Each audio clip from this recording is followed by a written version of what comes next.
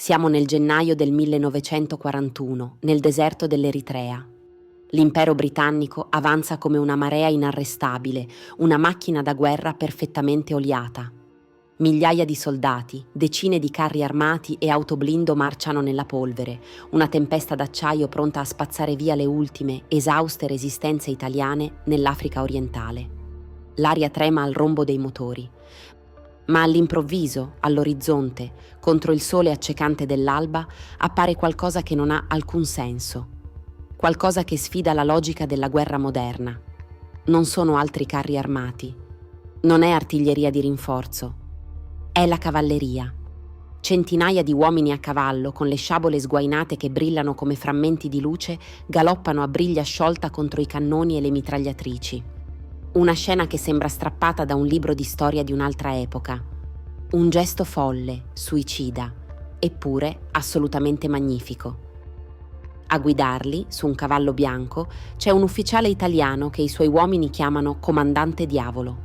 Lo chiamano così perché sono convinti che sia immortale, protetto da qualche patto con il destino. Questa è la sua storia.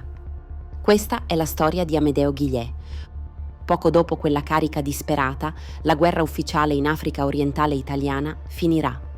Ma non finirà per lui. Mentre il suo esercito si arrende e l'impero crolla, Amedeo Guillet deciderà di iniziare una guerra privata contro una delle più grandi potenze del mondo. Si trasformerà in un fantasma, una leggenda sussurrata nel vento del deserto, un uomo solo contro un impero. Ma chi era davvero quest'uomo? E cosa può spingere un soldato a combattere una guerra ormai palesemente persa, mosso da un senso dell'onore così profondo, così antico, che persino i suoi nemici, gli uomini che gli davano la caccia, impararono ad ammirarlo? Per capirlo, dobbiamo fare un passo indietro, alle origini di un cavaliere fuori dal tempo. Ciao, sono Rossana. Mettiti comodo, indossa le cuffie e lasciati trasportare dentro questa storia. Amedeo Guillet nasce a Piacenza il 7 febbraio del 1909, in una nobile famiglia di antiche e salde tradizioni militari, con radici che affondano tra il Piemonte sabaudo e la fedeltà borbonica di Capua. Suo padre è un ufficiale dei carabinieri, suo zio un eroe della Grande Guerra. Nella sua casa si respira un'aria di dovere, disciplina e amor di patria. Fin da ragazzo, Amedeo ha due passioni che gli bruciano dentro come un fuoco, la patria e i cavalli. Scegliere la carriera militare è naturale, quasi inevitabile.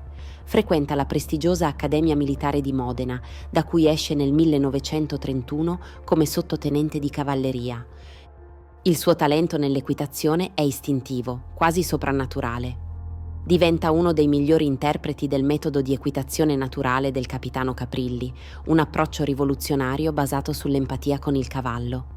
Il suo legame con l'animale è tale che viene scelto per la squadra olimpica che dovrà gareggiare alle Olimpiadi di Berlino del 1936. Per un cavaliere è l'apice di una carriera. Ma Amedeo ha altri piani. Quando scoppia la campagna d'Abissinia, non ha dubbi. Il suo posto non è in un'arena sportiva, ma al fronte, al servizio del suo paese. Rinuncia alla gloria olimpica per il fango e la polvere dell'Africa. La sua prima vera esperienza africana arriva in Etiopia nel 1935. Al comando di un plotone di Spice, la cavalleria coloniale libica, si distingue per coraggio e audacia, venendo ferito gravemente alla mano sinistra in battaglia. In seguito combatte come volontario nella guerra civile spagnola, guidando prima un reparto di carri armati e poi un tabor di cavalleria marocchina. Queste esperienze non solo lo temprano come soldato, ma gli insegnano qualcosa di fondamentale: a capire, rispettare e comandare uomini di culture e fedi diverse. Impara a guadagnarsi la loro lealtà non con la disciplina imposta, ma con l'esempio, il carisma e un profondo rispetto per le loro tradizioni. Un'abilità che di lì a poco si rivelerà decisiva. Poco prima dell'inizio della Seconda Guerra Mondiale, Guillet torna nella sua amata Africa, in Eritrea. Qui il viceré, il duca Amedeo d'Aosta, un uomo che ne intuisce subito le qualità eccezionali, gli affida un compito quasi impossibile: creare e comandare il gruppo Bande Amara a cavallo. Non è un'unità come le altre. è una forza di quasi 2000 uomini, un mosaico di culture composto da cavalieri eritrei, fanti yemeniti e guerrieri etiopi, molti dei quali fino a poco prima combattevano contro gli italiani. A tenerli insieme è il carisma di un solo uomo, un tenente di appena 30 anni. Gillett li addestra, ma soprattutto vive con loro. Mangia con loro, dorme nei loro accampamenti, impara la loro lingua frequentando una scuola coranica insieme ai bambini del villaggio. Tratta i suoi soldati indigeni con una dignità e un rispetto che sono una rarità assoluta nel contesto coloniale dell'epoca. Permette loro di portare con sé le famiglie, come da tradizione locale, e rispetta le loro usanze e la loro fede. In cambio ottiene la loro assoluta, incrollabile fedeltà. La lealtà nel suo reparto è tale che i casi di diserzione o tradimento sono praticamente inesistenti.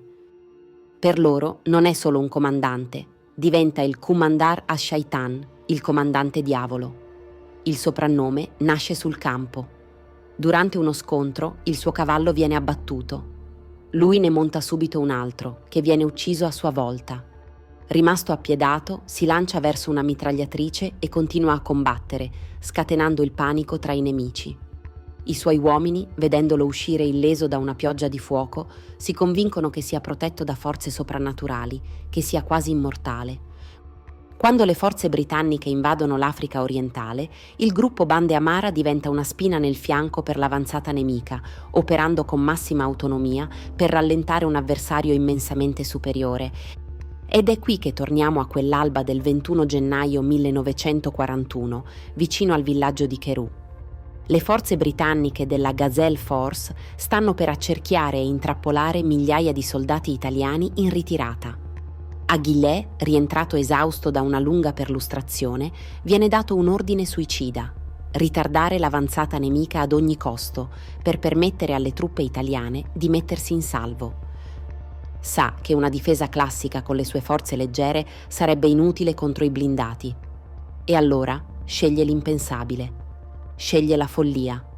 All'alba, alla testa di centinaia dei suoi uomini, lancia la carica. Armati solo di sciabole, vecchi fucili, pistole e bombe a mano, si scagliano al galoppo contro le colonne di carri armati e l'artiglieria anglo-indiana. Un ufficiale britannico descriverà la scena con sbalordito rispetto. Con un coraggio incredibile, questi soldati galopparono fino a 30 metri dai nostri cannoni. Per fermare quella carica di pazzi dovemmo usare le mitragliatrici. L'impatto è devastante. I cavalieri cadono a decine, ma riescono a seminare il caos, attaccando il nemico alle spalle, scomparendo e caricando di nuovo. L'obiettivo viene raggiunto. Il tempo guadagnato permette a migliaia di soldati italiani di ritirarsi e riorganizzarsi. Quella di Gillett passerà alla storia come l'ultima grande carica di cavalleria della storia militare africana. Ma la guerra è persa. Il 1 aprile del 1941 cade Asmara, la capitale. L'impero è crollato. Da Roma arriva l'ordine di resa. Ma per Amedeo Gillett la parola resa non esiste nel vocabolario del suo onore. Il 3 aprile, mentre l'esercito italiano depone le armi, lui si toglie l'uniforme e inizia la sua guerra personale.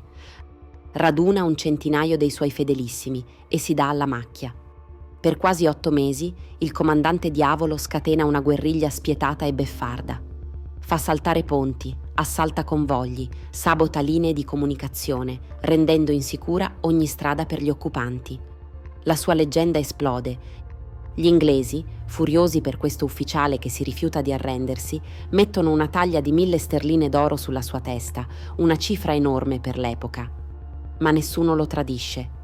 Anzi, le tribù locali, che fino a poco prima combattevano gli italiani, ora gli offrono rifugio e protezione, ammirate da quell'uomo che, a differenza di altri, li aveva sempre rispettati. Verso la fine del 1941, Gillett capisce che è davvero finita. I suoi uomini sono allo stremo, le risorse esaurite e lui stesso è malato di malaria. Il colpo di grazia, più simbolico che militare, arriva quando l'intelligence britannica, guidata dal maggiore Max Harari, l'uomo incaricato di dargli la caccia, riesce a catturare il suo amato cavallo bianco, Sandor. È un segnale. La sua guerra privata è finita. Con il cuore pesante raduna i suoi ultimi uomini. Li ringrazia uno a uno, promettendo che l'Italia non si dimenticherà mai del loro sacrificio, e li congeda.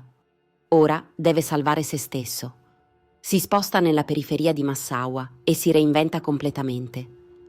L'aristocratico ufficiale di cavalleria svanisce e al suo posto nasce Ahmed Abdallah al-Redai, un umile venditore d'acqua yemenita. Si fa crescere la barba, studia il Corano per perfezionare la sua conoscenza, impara i costumi locali e, per non destare sospetti, lavora come guardiano e scaricatore di porto, confondendosi tra la folla. La sua fuga è un'odissea. Tenta di attraversare il Mar Rosso su un sambuco per raggiungere lo Yemen neutrale, ma viene derubato e gettato in mare dai contrabbandieri. Raggiunge la riva a nuoto e vaga per giorni nel deserto, rischiando di morire di sete prima di essere salvato. Quando finalmente riesce ad arrivare in Yemen, i suoi guai non sono finiti. Viene immediatamente arrestato e accusato di essere una spia inglese. Sembra la fine, ma la sua fama, paradossalmente, lo precede. L'imam dello Yemen, incuriosito dalle continue e pressanti richieste di estradizione da parte dei britannici per questo presunto yemenita, lo fa chiamare a corte. Gillette gli racconta la sua incredibile storia. L'imam, affascinato da quel racconto di coraggio e onore, non solo lo libera, ma lo prende sotto la sua protezione, nominandolo addestratore della sua guardia personale e stalliere dei suoi preziosi cavalli. Riuscirà a tornare in Italia solo nel giugno del 1943, beffando ancora una volta gli inglesi, fingendosi un civile impazzito per la guerra e imbarcandosi su una nave della Croce Rossa. Quando torna in Italia, la guerra non è ancora finita. Fedele al suo giuramento al re, Guillet attraversa le linee nemiche per raggiungere il governo legittimo a Brindisi e si mette a disposizione dei servizi segreti. Dopo la guerra, con la vittoria della Repubblica al referendum, considera concluso il suo servizio alla corona. Coerente fino in fondo, si dimette dall'esercito. Ma un uomo del genere non può restare fermo. Si reinventa di nuovo.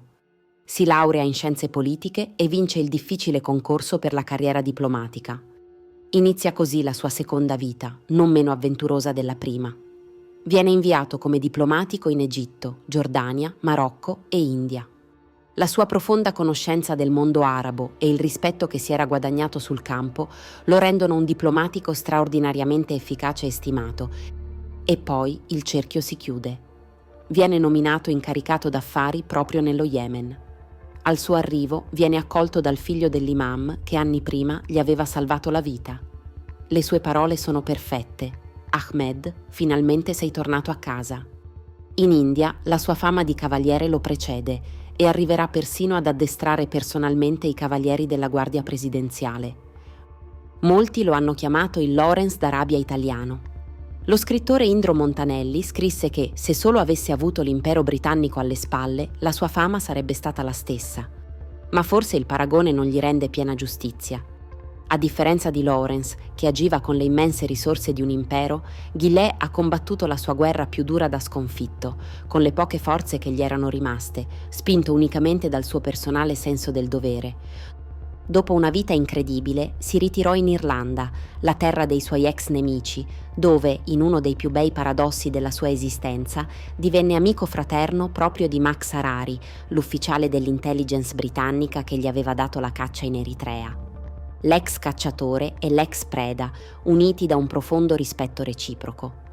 Harari un giorno gli regalò uno zoccolo ferrato del suo vecchio cavallo Sandor, montato in argento, con un'incisione. Ad Amedeo, in ricordo del meraviglioso animale che fu causa della nostra amicizia.